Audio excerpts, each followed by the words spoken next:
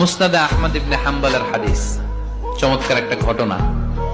কানগুলো খরগোশের কানের মতো খাড়া করে শোনেন। আল্লাহ রাসূল সাল্লাল্লাহু আলাইহি ওয়াসাল্লাম কোন একটা মজলিসে একজন আনসারী সাহাবীর ব্যাপারে ঘোষণা দিল, বলল, এখন যে সাহাবী এসে বসবে সে সাহাবী জান্নাতি।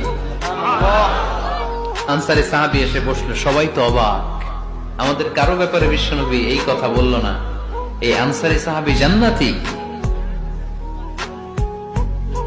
আবার কয়েকদিন পরে আরেকটা মজলিসে বিশ্বনবী আবার ঘোষণা দিলেন, এই মুহূর্তে এমন একজন সাহাবী এসে এইখানে বসবে, এই সাহাবীটা জান্নাতি।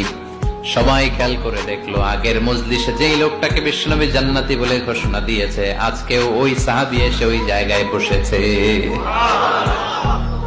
তৃতীয় দিন আবার বিশ্বনবী বললেন, এখন একজন সাহাবী এখানে এসে বসবে, সে জান্নাতি। সবাই খেয়াল করে